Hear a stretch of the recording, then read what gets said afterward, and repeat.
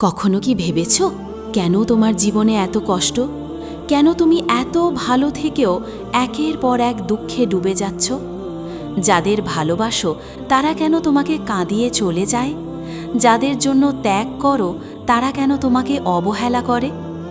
অনেকেই ভাবে হয়তো আল্লাহ আমার উপর রাগ করেছেন, তাই আমাকে এমন কষ্ট দিচ্ছেন।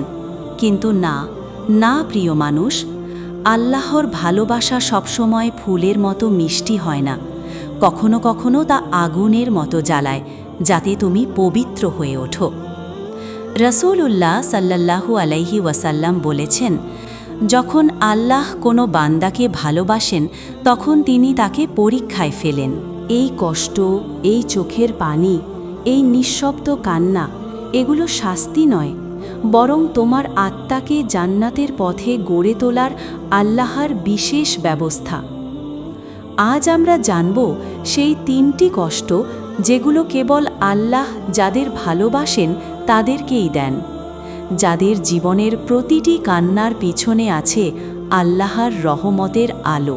প্রথম কষ্ট, হৃদয় ভাঙা কষ্ট, প্রিয় মানুষ হারানোর পরীক্ষা। প্রিয় ভাই বোন, আল্লাহ যাকে ভালোবাসেন তাকে তিনি কখনো কখনো তার সবচেয়ে প্রিয় জিনিসটা কেড়ে নেন। হয় সেটা প্রিয় মানুষ, ভালোবাসার সম্পর্ক, কিংবা এমন কিছু যেটার সাথে তোমার প্রাণ জড়িয়েছিল। তুমি কাঁদো, বুক ফেটে যায়, মনে হয় জীবন থেমে গেল। কিন্তু ঠিক এই ভাঙা মুহূর্তেই আল্লাহ তোমাকে নিজের দিকে টেনে নিচ্ছেন। আল্লাহ তাআলা বলেন, আমি অবশ্যই তোমাদের পরীক্ষা করব। কিছুটা ভয়, ক্ষুধা, ধন সম্পদের ক্ষতি, প্রাণ ও ফলের ক্ষতির মাধ্যমে, আর ধৈর্যশীলদের সুসংবাদ দাও। যখন তোমার প্রিয় মানুষ তোমাকে ছেড়ে যায়, আল্লাহ তোমার হৃদয় ভাঙেন, যাতে তুমি বুঝতে পারো সত্যিকারের ভালোবাসা কোনো মানুষে নয়, বরং শুধুমাত্র আল্লাহর কাছেই নিরাপদ।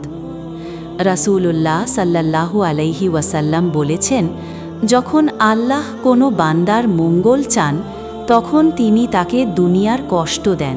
তোমার হৃদয়ে যতটা ভাঙে, আল্লাহ ততটাই তোমার আত্মাকে গড়ে তোলেন, কারণ তিনি জানেন এই কষ্টের মাঝেই আছে তোমার নামাজে কান্নার শক্তি, দোয়ায় গভীরতা, আর তাওয়াক্কুলের স্বাদ। তুমি যেদিন বুঝবে এই কষ্টটা আল্লাহর ভালোবাসার উপহার, সেদিন তোমার চোখের পানি শুকিয়ে যাবে, আর তোমার মুখে ফুটে উঠবে এক শান্ত হাসি, যা কেবল আল্লাহর প্রিয় বান্দারাই পায়।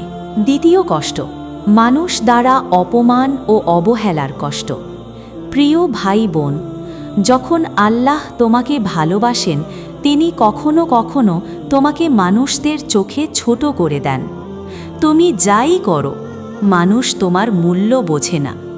তুমি সাহায্য করো, তারা অবহেলা করে। তুমি ভালো চাও, তারা তোমার বিরুদ্ধেই কথা বলে। এই অবমাননা, এই অপমান সবই আল্লাহর পক্ষ থেকে এক বিশেষ পরীক্ষা। আল্লাহ তাআলা বলেন, আমি অবশ্যই তোমাদেরকে পরীক্ষা করব, যতক্ষণ না আমি চিনে নিই কে ধৈর্যশীল এবং কে মিথ্যাবাদী। হ্যাঁ, এই অপমান তোমাকে ধৈর্য শেখায়। মানুষ যখন তোমার প্রতি মুখ ফিরিয়ে নেয় তখন আল্লাহ বলেন, এসো, এখন আমি আছি তোমার পাশে। তোমার হৃদয় তখন মানুষ থেকে আল্লাহর দিকে ঘুরে যায় এবং তুমি সত্যিকারের ঈমানের স্বাদ পেতে শুরু করো। রাসূলুল্লাহ সাল্লাল্লাহু আলাইহি ওয়াসাল্লাম নিজেও তো এই কষ্ট পেয়েছেন। তাকে মক্কার মানুষরা মিথ্যাবাদী বলেছে, জাদুকর বলেছে, পাগল বলেছে, কিন্তু তিনি কখনো হার মানেননি, বরং হাসি মুখে বলেছিলেন, হে আল্লাহ, আমার জাতিকে ক্ষমা কর, তারা জানে না। তৃতীয় কষ্ট, দোয়া দেরিতে কবুল হওয়ার কষ্ট। প্রিয় ভাই বোন, তুমি হয়তো বহু রাত কান্না করে দোয়া করেছ, হে আল্লাহ, এবার তো আমার দোয়াটা কবুল করে নাও। কিন্তু দিন যায়, মাস যায়, বছর পেরিয়ে যায়, তবুও কোনো উত্তর আসে না। মন ভেঙে যায়, হৃদয় ক্লান্ত হয়ে পড়ে। তুমি ভাবো হয়তো আল্লাহ আমাকে ভালোবাসেন না, কিন্তু সত্য হল আল্লাহ দেরি করেন, তবু কখনো অবহেলা করেন না। তিনি তোমার প্রতিটি চোখের পানিকে গুনছেন, প্রতিটি নিঃশ্বাসের মধ্যে লুকিয়ে রাখছেন তার রহমত।